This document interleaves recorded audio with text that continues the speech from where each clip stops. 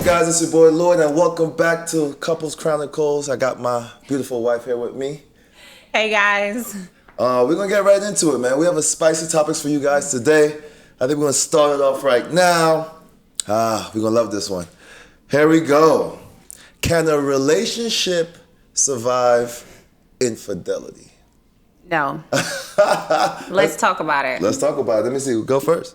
First of all, I feel like once the trust is broken, it's very hard to repair that. And a lot of times people stay in relationships for different reasons, whether it's business, whether it's because they have children, whether, it's because of bills and the support. But I feel like once that intimacy that you give your partner is broken, it's very hard to get that back, especially at the level that it once was. Yeah, but for me, this is what I think, right? I think a relationship can, more likely,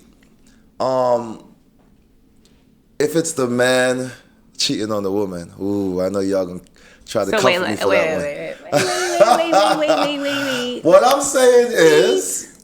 Wait a second, am I here? What are you saying, that it's okay for a man to cheat and for a woman to stay, but if a woman cheats, a man shouldn't stay? That's not what I'm saying. What I'm saying, the likelihood of that relationship staying together would be if the man cheats on the woman.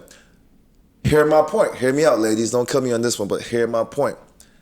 I always tell her that women are the glue of the family. They're the glue. So they have more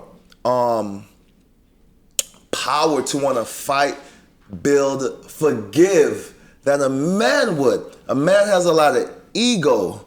Once that, I don't know if he could look at his partner the same. Like, it's tough. I'm not saying it's right, wrong. What I'm saying is, I think that the relationship will survive if the man cheats on the woman and the woman chooses to forgive him. I think it's going to be harder for the man to forgive the woman. That's just, again, how I feel. Go. I just feel like it's a double standard when it comes to relationships. The fact that a woman should be the person to keep the family together, but that same responsibility and morality doesn't fall on the man. Like, it's okay for you to step out, but if a woman steps out, it's. Again, I'm not saying okay. The question is, can the relationship survive? We agree that cheating is wrong. We both agree there, right? Yes. Let's pound that out. Okay. We both agree that cheating is wrong. But what's more, in which situation is a relationship more likely to survive? If the man cheats or the woman cheats? And that was the question at hand. What do you think? Seriously, like, think about it. I know you said no. I think obviously when it comes to history, right, women stay more likely, especially if they have children. But it doesn't mean it's right. I mean, transparently, it doesn't. And I think, it shouldn't be a double standard. I think that, first of all, cheating is wrong. And I think, I know. She's stuck on the wrong and right. I know. But relationships are hard. We go through, infidelity is like a big one. Like, because you know what it is? There are so many steps to infidelity before sex even happens, right? It's like, okay, at what point did you step out emotionally? At what point did you start texting someone else? At what point were you attracted to someone else? Like, there were so many things. At what point was there a void that made you seek this other person? Like, when did we even get to that point that made you say, you know what? Like, I'm going to lay down and engage in intimate activities with this other person. So I think that's what is kind of catching me. It's tough. It's a tough situation. Me personally, it's not like I won't say that I'm not mad. I'm not hurt by it. I think people are gonna do what they do. I don't know if it's an ego. I know. I just can't. It's definitely an ego thing, and I think like both men and women, we sit in our thoughts, but men really sit in their thoughts. Like, I think men, I think. Why do you think women stay? Because I don't know. I think sometimes it's children. Sometimes it's self-esteem. Take children out of it. Sometimes it's self-esteem. Self-esteem. Absolutely. Yeah, I think a lot of times it's self-esteem, the money, right? Sometimes you're thinking about business and you're thinking about, well, he stepped out on me with someone else, but we have great business together. So now you're thinking about your money getting messed up, and that's a big one. So that means it's not that, I don't want to say important. It's not that big of a deal, right? If you're saying so, but you put that aside because of your other benefits. So how crazy can it be? It is. For instance, infidelity is crazy. It does not matter how you flip it. Infidelity is not okay, it is a deal breaker. Transparently, it is a deal breaker. And although women do sacrifice and stay, it doesn't mean that it's any less hurtful. I've been cheated on that I know of twice in 2 past relationships. And did you stay? Yes, I did. I'm gonna give you the 2 reasons why.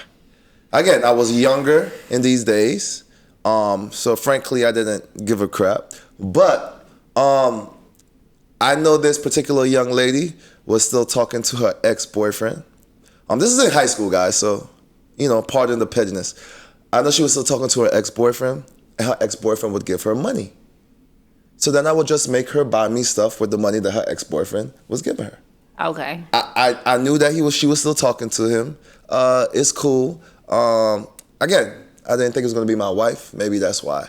Second time, her friend actually told me that what was going on. I already had ideas what was going on due to different clues or whatever. I had my man's intuition, if that's the thing, but it was confirmed by her friend. She's a hating. Okay, that is a hater. Like, beware of friends like that. What's the opposite of bro code for ladies? I know we have bro code. What does ladies have? Cis code. Cis code. No, let's go with cis code. Wait, no, actually, I think females use bro code too. Bro code too? I think it's females from New York probably use bro code. Yeah, I think we all use bro code. Like, I don't know what a bro code was, but she confirmed my intuition, and eventually it sizzled out, right? Again, but these were all past when I was younger. So I think that matters too, the phase of life in which you're in, right? I don't mean to cut you off, but I think that when you're in a long-term relationship and relationships where you have so much invested, it's harder. Yes. I agree with you. So you guys heard it, my beautiful wife, she might stay. Me, on the other hand, I'm giving you double deuces. Absolutely not. Okay, if he cheats, I'm leaving. Let's be very clear. Okay, there's no double standard over here. Got you. All right, let's move on. Which I think is a very relevant topic in relationships nowadays, especially with social media. Jealousy. Is jealousy healthy in a relationship? Is it a sign of extreme love, or is it a sign of insecurity? Okay, so I think that on an extreme level, obviously no, because on an extreme level, jealousy obviously can mean your partner is controlling, and control in a relationship ultimately leads to abuse. And that could mean mental abuse, physical abuse, emotional abuse, and on an extreme level, absolutely not. But on a basic level, yes, I want to know that my man is a little bit jealous. Like, if another man is talking to me, I do think he should come over and introduce himself and say, "How you doing? My name is Lloyd, and this is my wife. How can I help you?" I think it's making your presence known and inserting yourself is attractive. Like, I want to know, my man feels like that's my wife. I mean, I feel like that's my wife. But I'm also the dude that's gonna come from the bathroom, see a guy talking to you, and wait like a minute. I'm gonna wait like a minute, see how you reject him as you should. But am I jealous that he's talking to you? No, then I come in and be like, "What's up, babe? What's up, my boy?" Give him that, and that's it. I'm not a jealous person at all. Yeah. As you know, I'm definitely not a jealous person. Actually, no, I'm definitely not a jealous person. When I feel like the line is being crossed, though, I definitely step up and step in line. One memory comes into my mind right now. I forgot who birthday party it was. I think it was your brother birthday party, or he threw a birthday party, something like that. And I remember he was dancing, and he was dancing with one of your male friends. And it took me maybe like 5 minutes. You were dancing with him, and then it kind of like, okay, that's enough. let me go in here. Like I can't. I remember coming in and asking him, "May I dance with my fiance, please?" But and I love that, though. I feel like that's. But is that jealousy? I think so, but I think that's necessary. I think that's healthy jealousy, and I think healthy jealousy in a relationship is necessary. I feel like it's okay to make your presence known, in a respectful manner in front of another man, and same thing with another woman, and that could be in person, that could be online. One thing I love about Tammy and Waka Flocka, she had such a classy way of inserting herself online and letting her know, hey, I got my man's back at all times. It was always clear, and I love that. I feel like whether it's a conversation in person, whether it's a conversation online, it's okay for your partner to step in and classfully like, hi, how you doing? And it could be subtle. It doesn't have to be loud. Like I said, if I am at a bar, or if we're at a bar and you go to the restroom and now another man comes up and approaches me, it's okay to come over and kiss me on the cheek. That's beautiful. Like, that's a turn on. That's like, okay, that's what I want. Or it's okay to come over and put your hand around my waist and kiss me on the cheek and introduce yourself. I love that. That's inserting yourself. That's in a subtle way where it's like, he gets it, I get it, and now I'm proud to be on your arm. Like, for me, that's a very manly move. And I don't know, I just find that attractive. I want the world to know my man doesn't play about me. And for me, like, I like that presence. See, for me, it wouldn't even get that far. Girl try to talk to me, I'd be like, yo, my wife crazy. You better get out of here. You better get out of here before she comes. You wouldn't have time to come introduce yourself. She'd be gone. But I like to pull from personal experiences. And just to be clear, I think jealousy is a no-no, and it is a sign of insecurity. I remember I had an ex that, if you don't know, I've been a personal trainer for going on 20 years. I think 2025 is going to be my 20th year personal trainer. But when I first started back in Miami, I had a girlfriend that used to call my female clients. So now she messing with my money. She messing with my bag. That's a no-no. That's jealousy. She would sometimes come in the gym when I'm training my clients and just work out on purpose. And my clients started to feel uncomfortable because they know why or what she was doing. That to me is a no-no. I don't think the cute jealousy that you're talking about, the playful jealousy, yes, I get it. But we talking about the no blurred lines, just straight up jealousy when there's no need to be jealous. I think that's a complete no-no, and that's the quickest way for me to head for the door. Yeah. I can't have that. Especially now you come in between my money. Like, you call it like, you want to pay bills? If you want to pay bill, you want me to lose this client, then you go. But I think that's crazy. If you ask me, I don't mean to use the word crazy, guys. I don't use that loosely. I'm just not calling them crazy. I just think the situation is crazy. I think that, like I said, on an extreme level, obviously, jealousy isn't healthy in a relationship, but I think on a, subtle, cute, allowing your presence to be known at times, I think is needed. Like I said, I definitely want to feel like my man doesn't play about me in a appropriate, respectful way, and allowing his presence to be known, in person, online, but you're not really a social, it's not necessary, right? But like, I feel like if somebody was attacking me online, allowing your presence to be known, or if somebody was being disrespectful to me in person, allowing your presence to be known. I mean, that's also, maybe that's not jealousy, maybe that's just stepping up as a man. So that doesn't necessarily align with jealousy. But like I said, in a cute manner, yes. Like, if a man is trying to talk to me, coming over, kissing me on the cheek, putting your hand around my waist, introducing yourself, that's such a loud statement without it even having to be loud. So, in what situation or act of jealousy would I have to perform for you to consider extreme jealousy? Like, for instance, the meme that's going around with Megan Good and Jonathan Majors, and how Michael Ealy picked her up and gave her this crazy, let's just call it that. Although they said that Michael Ealy did address Jonathan Majors before that, but the clip was just shown from when he picked up, clickbait, whatever you want to call it. But even that, let's separate what happened before that, and even that action alone of him just picking her up, twirling her in the air. They say it's brotherly love, but I think I'm a little jealous at that point. You swinging and lifting my girl up and twirling like that, and my wife is happy and all that. How you feel about that? So, right? I mean, in that situation, absolutely. I could definitely see, why Jonathan Majors would have been jealous. I feel like in that moment, like I said, the way the clip was shown, they said that Michael Ealy addressed him first. It just wasn't shown, right? But let's say from a standpoint of what we just saw, like, I don't know. Like, I feel like at that moment, it seemed like Michael Ealy ignored Jonathan Majors. I feel like as my man, Jonathan Majors, like, you should have addressed him. What should he have done? He should have addressed Michael. Like, when he hugged him, or he even after he said hello to everyone else, he could have addressed him. Or even after he hugged Megan, he could have addressed him. So that conversation is like, hey, yo, my man, don't pick up my girl like that? Nah, he could have just dapped him up. He could have been funny and picked him up and hugged him the same way. Like, or been like, me next. Like, he could have made it light and made it humorous. Like, oh, me next. Like, pick me up next. I want the same love. Like, it didn't even have to go to a place of aggression. It could have been,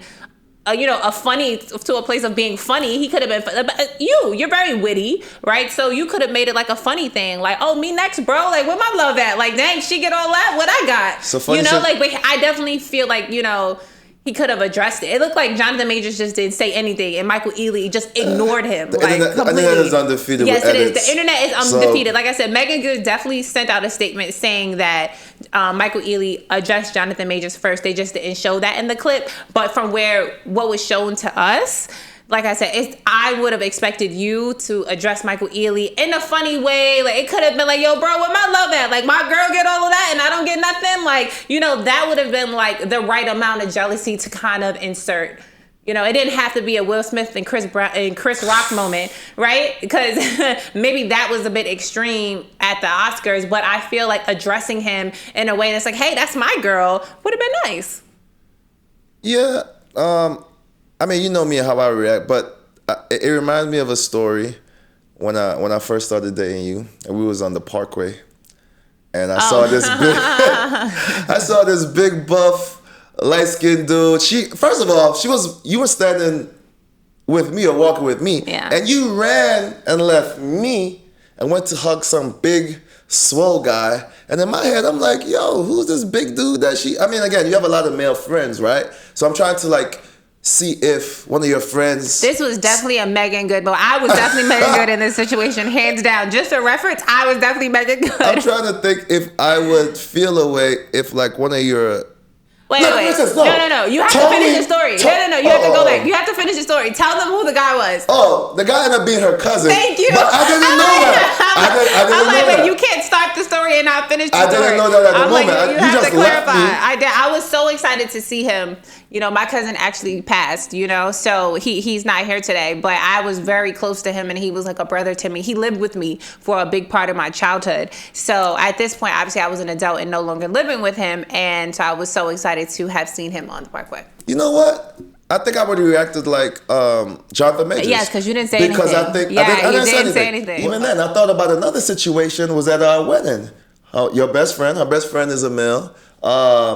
After we came out, after they introduced us as Mr. and Mrs. Dickinson, he came and gave you a big hug and swing and gave you a dap and y'all did your dance in the middle. I didn't feel a way either. I guess it's the confidence of the man, that was at our wedding. Like, if there was nothing more that secured you at our wedding, it's our wedding. It's not like, so if you didn't see your friend for a long time, and he came and we were together, and and Tony, let's use Tony. Tony's cool. What's up, Tony? What's up? He's cool. And he picked you up. You think I should feel away? No. I don't think you would. You have to also understand the context of Megan Good and Michael Ealy. So did they have something going on? Well, there's movies that they had like relations in. There's rumors though, I think, of they used to, some crazy. I don't know, but was it? Okay. They were in films together, no? Like, as sexual partners? Like, I mean, that's movies. That's dating. Acting. I know, but it's kind of like, it's still uncomfortable. It's like if you were an actor He's in a actor film. As well. He understands. Yes, exactly. He is an actor. That doesn't mean he understands that he is an actor. They're both actors. Mm-hmm. You're absolutely correct. But it doesn't mean that, once you see your girl embrace him in that manner, you're not thinking back like, dang, they done had sex on TV. Like, That was a very warm embrace. It seemed like a very warm. But it was genuine. I don't think that, her embrace was inappropriate. I thought her embrace was natural and true to who she was. And I think that, if Jonathan Majors wanted to address him in that manner, he could have done it in a, hey, bro, where my love at? Like, dang, my girl get all that, and what I get? Like, he could have been funny about it. That would have still sent the message, like, hey, I didn't like that. Oh, whatever. Or maybe Jonathan Majors would have said something to Megan Good after if he felt some type of way. I'm sure he did. I saw the oh shit moment behind her eyes when it happened. You said that's her. I think that was his natural response. I mean, his natural action, like him being Michael Ealy. But I think Megan was a little bit more reserved. I didn't think she was expecting him to pick her up and twirl her around. First of all, you never know. I saw oh shit going in her head. I did. I saw oh shit in her eyes. I didn't get that. Respectfully, I didn't. Go back and look at the clip. Okay, well, I didn't get that. I thought that was her being her natural self, and that was her true reaction. And maybe her and Michael Ealy, are really good friends. You never really know the history behind people's relationships, and so I thought it was her natural reaction. If that made her boyfriend feel uncomfortable, or if that made the world feel uncomfortable, he could have inserted himself at any given point. Like, he could have been funny. He could have been I feel like a male alpha, not to say Jonathan Majors isn't a male alpha, don't mean that way, but I'm just saying, like, I don't know, like, I feel like I've dated, very strong men, like, personality wise, so I've seen the way a guy can insert himself to be like, yo, what up, that's on me, like, she get all that, what I got, like, like, they can do it in a way where, their presence is acknowledged, or how they feel is being acknowledged, and not thrown under the rug. Well, again, I'm sure it's good for them, and love will overcome that small situation. I'm sure they'll be fine.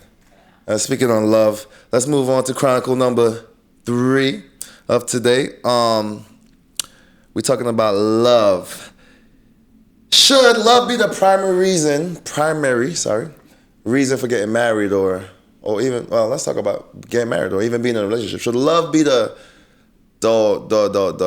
main reason for that? I want to start because I feel very strongly about this, and then you could bounce off me. So, I think, let's talk about marriage, because we're married, right? And we're married, and we could talk about that personally. Well, as it pertains to marriage, I think love is probably the second or third thing on that list on why you should get married. I loved my wife before I proposed to you. I loved you way before I proposed to you. So is love the reason why I proposed to you? For me, no. The reason I proposed to you because I think you're a great partner. I felt like I could build a life with you. I could build a family with you. And I could spend the rest of my life with you. I think when you're talking about marriage, that's what marriage is. It's a lot of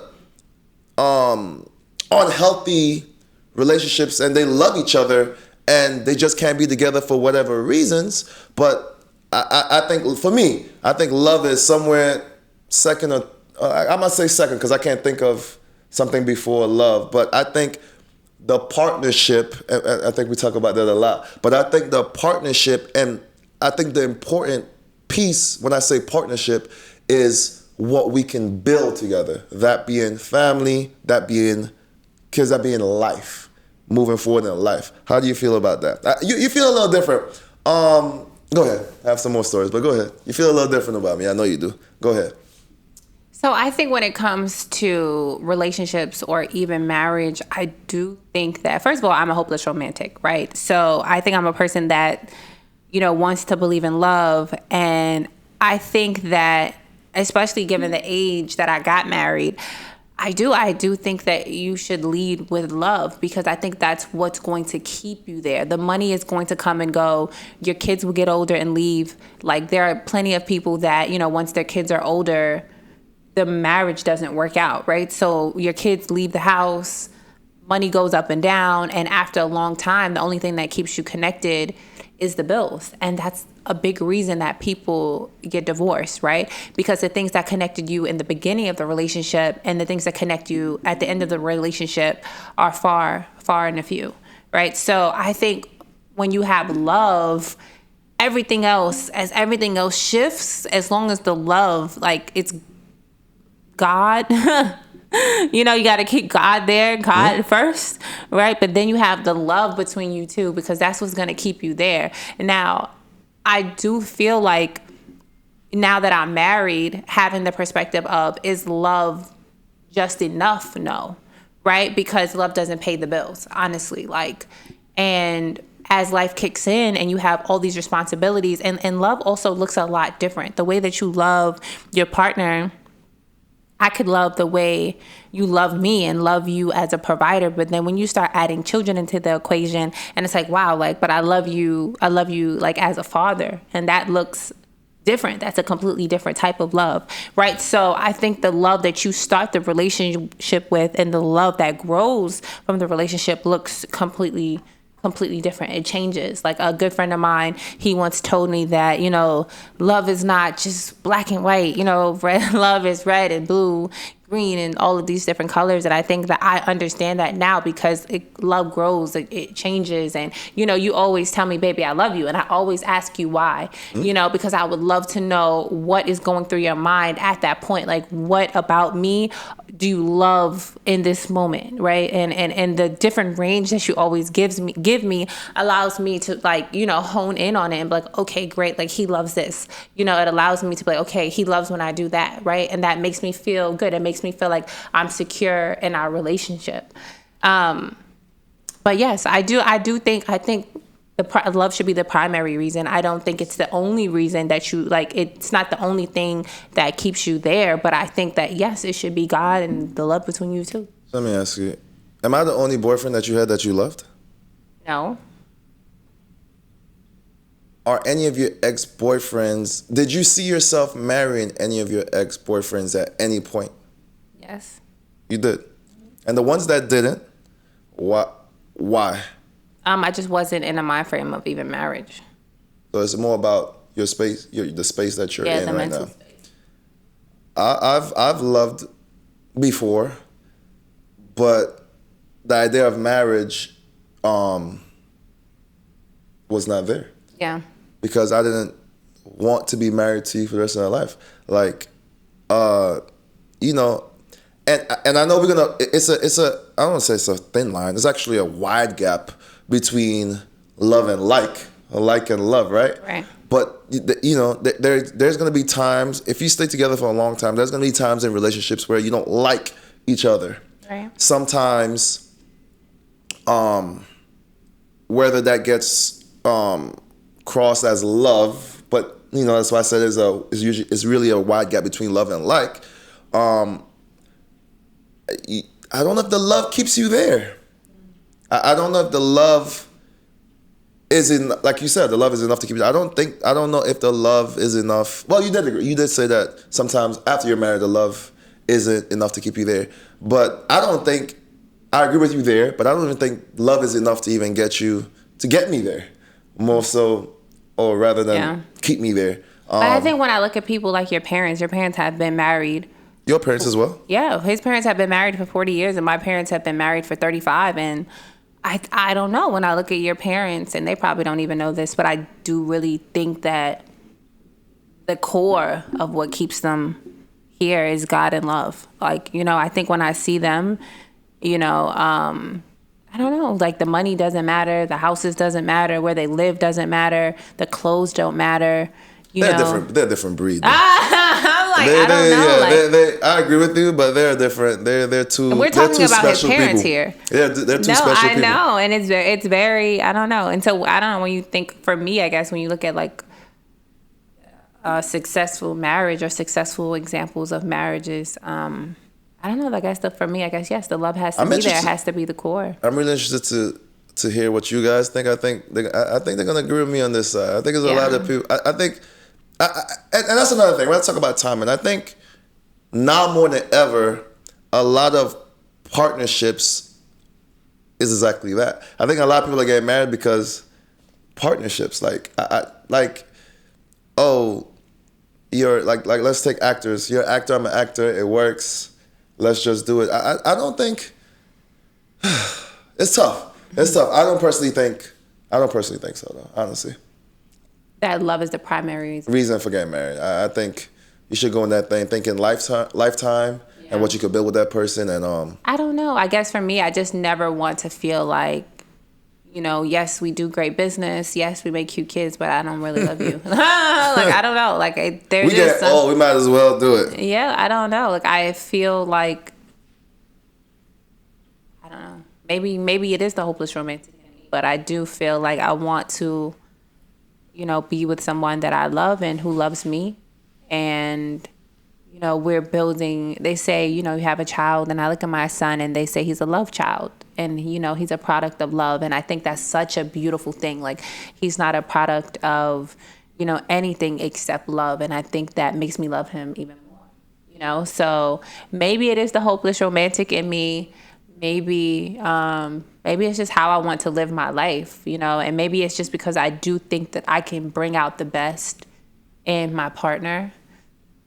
So I feel like, like I've helped you grow in a lot of areas in your life. You've helped me grow, right? So I feel like it stems from the fact that, like, I love you. Like, why would I, be helping you grow in these areas of your life if I didn't love you? Like, that would be the same as me helping, like, just a stranger in the street. Understood. Again, I want you guys to chime in on that. Compromise. Let's talk about compromise. Okay. Is compromise always necessary in a relationship, or are there times when one partner has to stand their ground? I think when it comes to a relationship, compromise is always necessary. I think that it's funny because when I went to counseling, they said that the easiest way to end up divorced or not be with your partner is through non-negotiables. You should have as little non-negotiables as possible.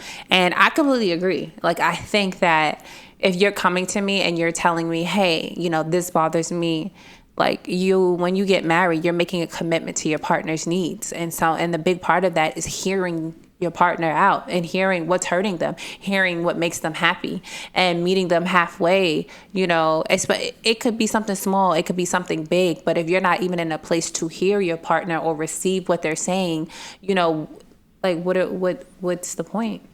Like, I think compromise has to be, that's the only way marriage is going to work. In my honest opinion, I think compromise is the only way that you're going to make it. I don't think having a non-negotiable or having non-negotiables is the path for a successful marriage or relationship, not even just marriage. I hear you, but I disagree just a little bit. Not that I disagree, but I do think there are times where in a relationship that one, party of that relationship has to stand their ground. It just comes a certain point. I don't mean to say this, but I have a saying, my friends have a saying. He said, I'm a man where I stand. And it's less about me being a man. It's more so about me standing my ground. Mm-hmm. And, we've been in therapy, and that term non-negotiables, I think it's a false statement, because there are things that I can do within this relationship that you will not tolerate. There is no compromise in those things. Earlier we talked about cheating. You said you're giving me 2, 3, 4 peace signs. So where's the compromise in that? I cheated, so what's the compromise in that? Yeah, but that's different though. That's not compromising the relationship. That's breaking your vows. It's not the same. Not the same. We're talking about non-negotiable. You shouldn't have any non-negotiables. Yeah, no. Non-negotiables within the relationship, as in, first of all, you're in a committed relationship. Cheating does not align with committed relationship. It doesn't. The two don't go hand in hand. Well, point well taken. Point well taken. So in what situation, let me give you, so let's say we have an argument and I feel strongly about a particular thing, and no matter what you're saying, I'm like, no, this is how I feel. This is what I think is right. You're saying that that's wrong, or is it okay for me to stand my ground and go in my belief and what I truly believe? So I think there's a difference between, I think obviously in every situation, you're not going to agree with each other 100%. That's not what I'm saying. I'm not saying I have to agree with you and you have to agree with me. But I remember one of the greatest tools that was given to me in counseling was, when you're in an argument, right? Put yourself for 1 second in the other person's shoes and become their advocate. And, for me, it was like, wow, that's taking me out of my feelings and how I feel just for 1 second. And say, you know what? Let me put myself in your shoes and say, let me champion him. And by doing that, it allows me to say, wow, okay, well, I can see why he might want to do this, or why he might want to do that, or why he might, what is it? And by doing that, it takes me out of the emotional aspect and say, you know what? Okay, well, these are the 3 things that really need to be addressed. And that's where the compromise comes in. You understand what I'm saying? I know what you're saying. But in real time, it doesn't always, it's not always that way. It's not always, like you said, black and white. Right, I think it can't just be, at that point, you're dealing with a personality trait. Like, if you're choosing not to compromise, you're choosing to be stubborn. You understand? That's completely different. I think we agree to disagree. I think if I feel strongly about a way, you should respect, whether you agree or not, at a certain point where you see that compromise is not going to be made. I think it's okay to be like, look, let's just let's agree to disagree. Right, but if whatever you're arguing about, you can compromise on it. If I can't even say let's chicken for dinner, but if you're like, hey, y'all want to go out on this day, whatever, like whatever the middle ground is, like you can meet your partner halfway so that she feels seen and heard. If this was true, divorce rates wouldn't be so high. Right, but I was just about to say the number one way to head to divorce is not compromising. I think the number one way to not divorce is being able to accept your partner non-negotiable. Nah. Yeah, I personally think if you feel strongly about a situation, I know you're my wife. I've been with you for a long time. I know when you see red. I know when you're strong on a particular subject, and there's no deterring you from your mind. You have a better chance deterring me from not even deterring me from my argument, but you have a better chance of me allowing you to, I won't say allow, that sounds bad, but allowing you to have the last say versus you. When you see red, that doesn't matter. And I recognize that. And I'm like, okay, cool. Let's just agree to disagree. I'm letting you know that I still believe what I believe, but I'm okay with that. And it's really no compromise in that. There's been situations like that, or there will continue to be situations like that, because I strongly believe in my point and my stance. So I'm saying, like, so that's what the question was. Are there times where it's okay for a party, whether it's you or me or, man or woman or whatever, partner, to hold that stance and then not affect the relationship, in a long lasting manner? Like, I think it's okay. I think that when you're talking, see, what you're talking about is you having your opinion on the situation and me having my opinion. That's different than coming in the middle and saying, you know what, I understand and I hear your opinion and I respect your opinion and you respect my opinion. But because I'm hearing you and you're hearing me, we can meet in the middle on this. And although you might not agree with me and I might not agree with you, we're coming together and saying, you know what, we're going to make this decision and we're going to meet each other halfway. That's what compromise is. It doesn't say, you know what, I'm fully taking your opinion on this or you're fully taking mine, but it's saying, you know what, this, because my partner has this value and because this is important to my partner, I'm going to do this. I'm going to meet them halfway in the middle. Like that's it. It's not saying you now take on my opinion. No, you're going to have your opinion and I'm going to have mine. All compromise is saying is, you know what? I love and respect you enough to make this decision and meet you halfway. It doesn't negate how you feel.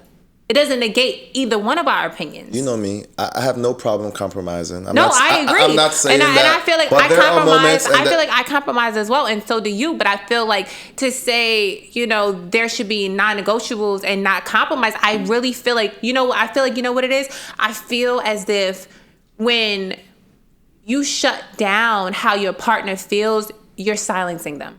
And saying, you know what, I'm not willing to compromise. I'm not willing to hear how you feel. I'm not willing to change my actions based on how you feel. You're shutting down how they feel. And you're saying, you know what, it doesn't matter what you say. I'm not going to change my actions. And that's why divorce happens. That's it right there. Because at no point in a relationship do you want to feel unheard and unseen. At no point. You want to feel like, you know what? No matter good, bad, or indifferent, I can come to you and I can say, you know what? I know you might not agree with me, but guess what? I know that you love me enough to make a certain decision. I know that you love me enough to meet me in the middle, despite the fact that we have two different viewpoints. That's what compromise is, and that's what leads to a healthy marriage, in my opinion. I hear your argument. Like I said, I compromise. I hear your argument, but again, I believe the relationships that last, one, are the ones that know how to compromise. I agree with you there. But I think more importantly, when there's a situation that compromise can't be met, because in reality, there are situations in life where compromise will not be met. How do we then respond to that time?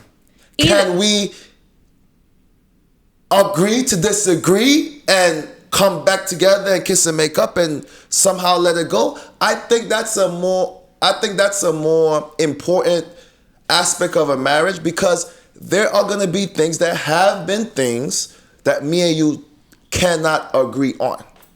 And that's perfectly fine. That's what I'm saying. Compromise cannot be met. I think you're,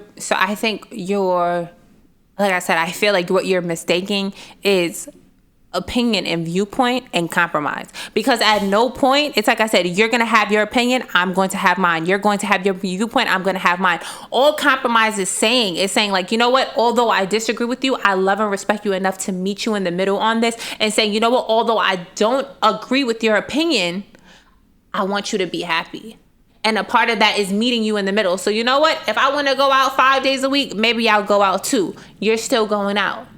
Okay, I'm home the other 4 days a week or 3, whatever. You understand? Like, it's meeting your partner in the middle.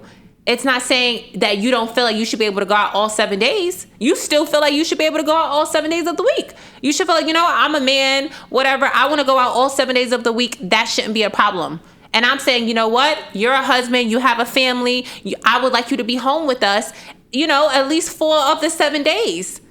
That's not changing your opinion. You still feel how you feel, which is that you want to be able to go out all 7 days a week, and there's nothing wrong with you going out all 7 days of the week. My opinion is that, you know what, I feel like you should be home at least 4 of the 7 days a week. Compromise is saying, although I disagree with how you feel and I disagree with you, I'm going to compromise and meet you in the middle and say, you know what, instead of me going out all 7 days of the week, I'm going to go out 2 days a week.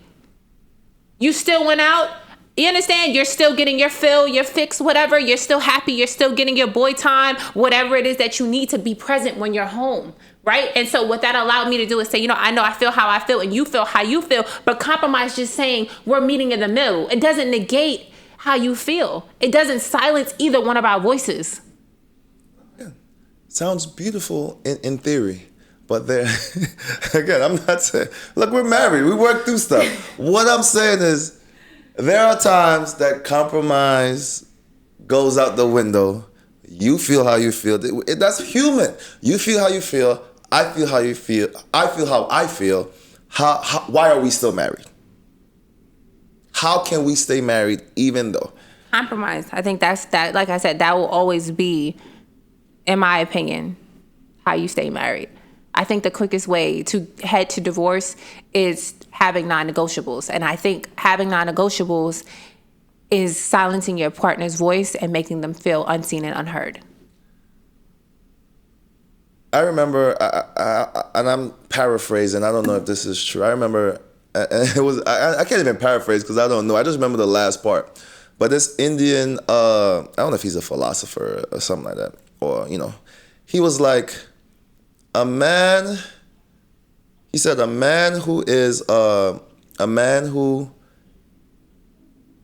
knows that he's wrong and doesn't accept it is like a fool or something like that. Then he said, like, a man who accepts that he's wrong and takes that feedback is wise. Then he said, a man that knows he's right and still says that he's wrong is a husband. And I agree with him there. So the point, it sounds funny, but it's wise. It's such a profound analysis. Again, I'm paraphrasing. I'm sure I chopped it up, but you get the idea of what he's saying. And my job as being a husband is sometimes when you're right, you know, when you feel you're right, it's still saying you're wrong. But there's times, again, that I'm just going to be like, no, that's wrong. And I love you, baby. And we're still married together because we know how to, figure that out. But I think I'm interested to hear what the people have to say. Yeah. I know it's a very relevant topic, and I know every couple, every relationship deals with compromise. Again, like she said, being able to compromise is gonna be a main reason why your relationship will last. I just personally think those moments where compromise can't be met, how do we move past those movements let's say it's as important as the longevity as your relationship as well. That's just my opinion. I think you can give the closing. I think that even when your partner is firm on how they feel, still somebody is compromising. That's how you move forward, because it's still somebody coming to the other and saying, you know what, clearly this is very important to you, and clearly, you know, you're passionate about it because you're firm on how you feel, you know, and because of that, I'm willing to do this. Right? Especially if you're not a person that's always firm. But either way, it doesn't matter. Somebody has to come to the middle. Somebody has to concede. Somebody has to say, you know what? The love is bigger. And that goes back to, is love the primary reason that you should be in a relationship or get married? Because you're not going to want to concede to somebody that you don't love. At that point, ego steps in. Oh, well, he felt how he felt. Oh, I feel how I feel. No. Because now at that point, you're being ego-driven. You're not driven by love. They say love is patient, kind. I don't know the scripture. I'm going to get it for y'all. But it's a scripture, okay? I can't quote the scripture right now. You know? Yeah. But you see what I'm saying? So either way, somebody has to concede. Somebody has to meet in the middle. There has to be some level of compromise in order for the relationship to move forward. Guys, so that's this week's episode of Couple Chronicles. Thanks for tuning in. See you guys next time. Peace.